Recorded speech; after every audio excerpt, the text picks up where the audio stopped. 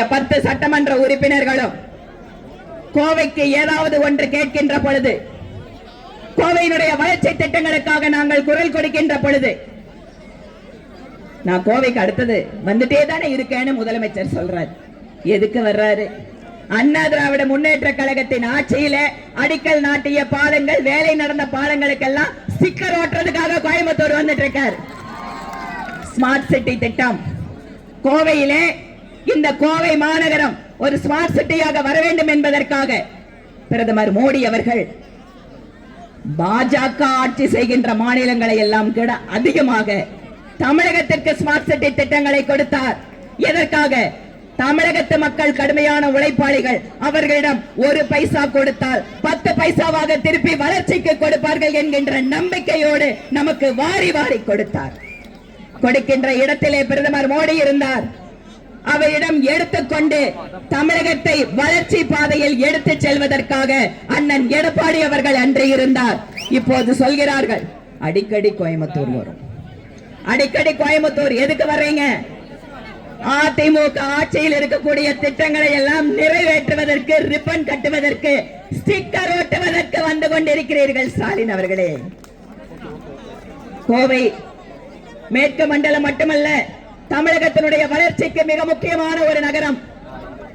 இந்த நகரத்திற்கு தேவையான அத்தனை வளர்ச்சி திட்டங்களையும் இங்கு அமைச்சராக இருந்த போது அண்ணன் எஸ்.வி. வேலுமணி அவர்களும் மற்றும் இங்கு முதலமைச்சராக இருந்த அண்ணன் எடப்பாடி அவர்களும் பார்த்து பார்த்து கோவைக்கு செய்தார்கள். ஆனால் கடந்த 5 ஆண்டு காலமாக இந்த மெயின் ரோடுகளை தவிர மீது எந்த இடத்துல பார்த்தாலும், எந்த ரோட்லயும் இன்னைக்கு 2 வீலர்ல போக முடியாது. இன்னைக்கு ஒரு குறிப்பிட்ட டாக்டர்களுக்கு அதிகமா பேஷண்ட் வராங்க கோயம்புத்தூர்ல சொன்னாங்க. எந்த டாக்டர் தெரியுங்களா? ஆர்த்தோ டாக்டர், எலும்பு முறிவு டாக்டருக்கு தான் இன்னைக்கு கோயம்புத்தூர்ல அதிகமா பேஷண்ட் வராங்கன்னா ரோடு எந்த அளவுக்கு மோசமா இருக்கு அப்படிங்கறத நம்ம நினைச்சு பார்க்கலாம்.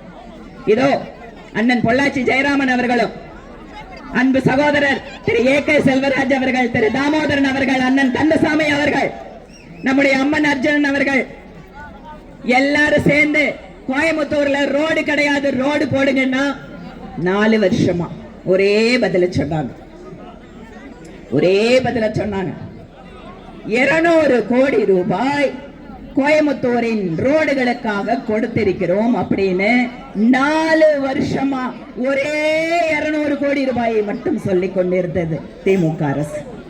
கோவையினுடைய எத்தனையோ வளர்ச்சி திட்டங்கள் அத்தனைக்கும் முட்டுக்கட்டை போட்டது திமுக அரசு. ஏன்? எங்களுடைய சட்டமன்ற உறுப்பினர் நிதியில் நாங்கள் செயல்படுத்தக்கூடிய திட்டங்களை கூட ஒன்றே அரசாங்கத்தினுடைய ஒத்துழைப்பு இல்லை, இல்லாவிட்டால் இந்த மாமன்ற உறுப்பினர்களையும் வைத்து அந்த திட்டங்களை முடக்க பார்த்தார்கள். இதுதான் கோயம்புத்தூர்ல நடந்துட்டு இருக்கிற விஷயம்.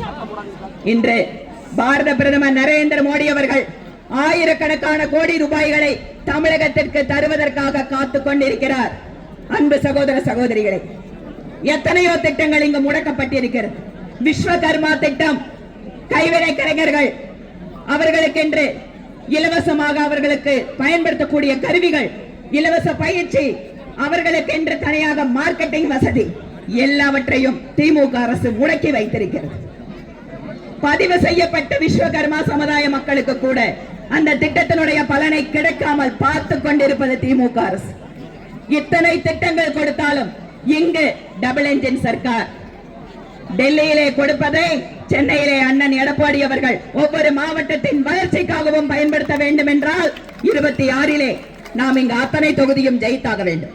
இன்று காலையிலே நானும் பொள்ளாச்சி ஜெயராமன் அண்ணா அவர்களும் திருப்பூரிலே இதே மாதிரியான ஒரு ஆர்ப்பாட்டத்திலே கலந்து கொண்டோம். எந்த மாவட்டத்தில் பார்த்தாலும் எழுச்சி, எந்த மாவட்டத்தில் பார்த்தாலும் உற்சாகம். இன்று நடக்கின்ற ஆர்ப்பாட்டம் அன்பு சகோதரிகளுக்கானது, தமிழகத்தினுடைய பெண்களுக்கானது. தமிழகத்தினுடைய பெண்கள் 2 வயசு பெண்மணி குழந்தையிலிருந்து 65 வயசு பாட்டி வரைக்கும் இன்றைக்கு வீட்டில் இருந்து சுதந்திரமாக வெளியே செல்ல முடியாது. இன்று பெண்களுக்கான பாதுகாப்பு என்பது தமிழகத்தில் எதெல்லாம் மார்க் போட்டு இருக்காரு ஸ்டாலின். திரு ஸ்டாலின் அவர்களே, பெண்களுக்காக அவர்களுடைய பாதுகாப்புக்காக மார்க் போட்டா உங்களுக்கு கிடைப்பது பெரிய முட்டை தான். இன்று விளாத்தி குளத்திலே 12வது படிக்கிற பெண் குழந்தைமா இன்றைக்கு பெண் குழந்தைகளை பள்ளிக்கும் கல்லூரிக்கும் அனுப்பிவிட்டு என்னுடைய சகோதரிகள் வயிற்றிலே நெருப்பை கட்டிக்கொண்டு பார்த்துக் கொண்டிருக்கிறார்கள். போதைப் பொருளுடைய நடமாட்டம் கல்லூரிகள், ஹாஸ்டல், பஸ் ஸ்டாண்டு எல்லா இடத்திலையும் இந்த போதைப் பொருள் நடமாட்டத்தினால் இன்று வெளியில் செல்லக்கூடிய பெண் குழந்தைகள் பாதுகாப்பாக வர முடியவில்லை.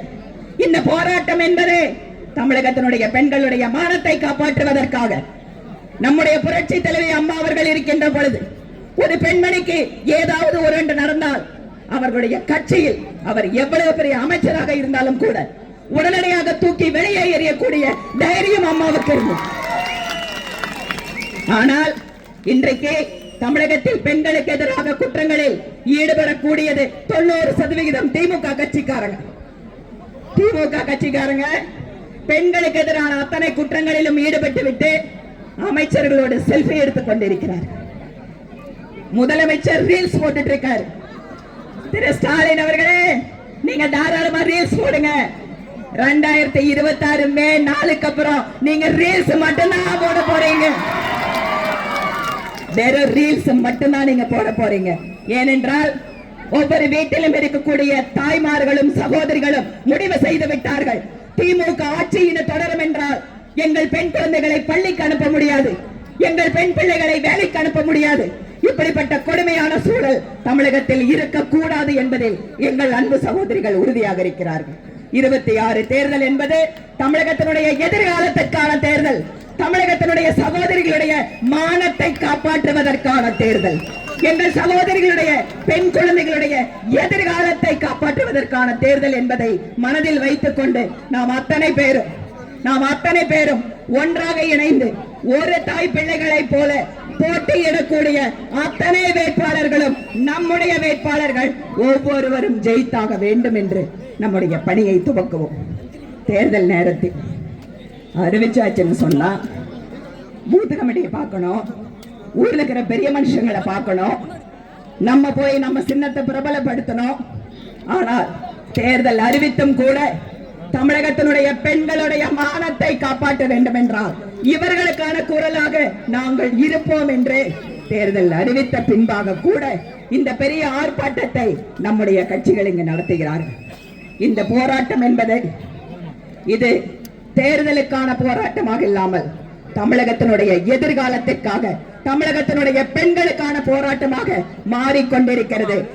இந்த உற்சாகம், திமுகவின் மீதான கோபம், திமுகவின் மீதான வெறுப்பு நிச்சயம் 26 மேலே நம்முடைய அன்பு சகோதரர் அண்ணன் எடப்பாடி பழனிசாமி அவர்கள் முதலமைச்சராக பதவி ஏற்கின்ற பொழுது தமிழகத்தினுடைய வருங்காலம் மாறும். நாம் அத்தனை பேரும் அதற்காக இணைந்து பாடுபடுவோம் என கூறிக்கொண்டு மேடையில் இருக்கின்ற தேசிய ஜனநாயக கூட்டணி கட்சிகளுடைய அத்தனை தலைவர்களுக்கும் இங்கு ஆயிரக்கணக்கிலே என்னுடைய அன்பு சகோதரிகள் ஆயிரக்கணக்கிலே வந்து இந்த அத்தனை பேரும் தங்கள் உறுதியை காட்டிக் கொண்டிருக்கிறார்கள். அத்தனை பேருக்கும் என்னுடைய நன்றியை தெரிவித்துக் கொண்டு விடைபெறுகிறேன். நன்றி, வணக்கம்.